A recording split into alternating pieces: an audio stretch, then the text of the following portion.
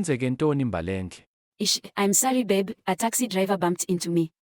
I'm sorry you have to see your car like this.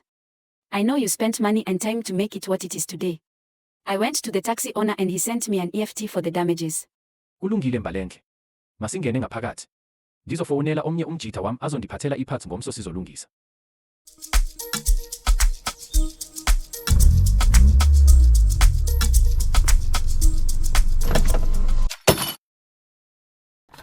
Nazo ke, ngoku kufuneka nje siyobona ipanel beater ukutshiza ipaint yebumper. Iluhlaza ngoku kodwa siyayidinga ukuze ihambelane nepaint yemoto ebeige.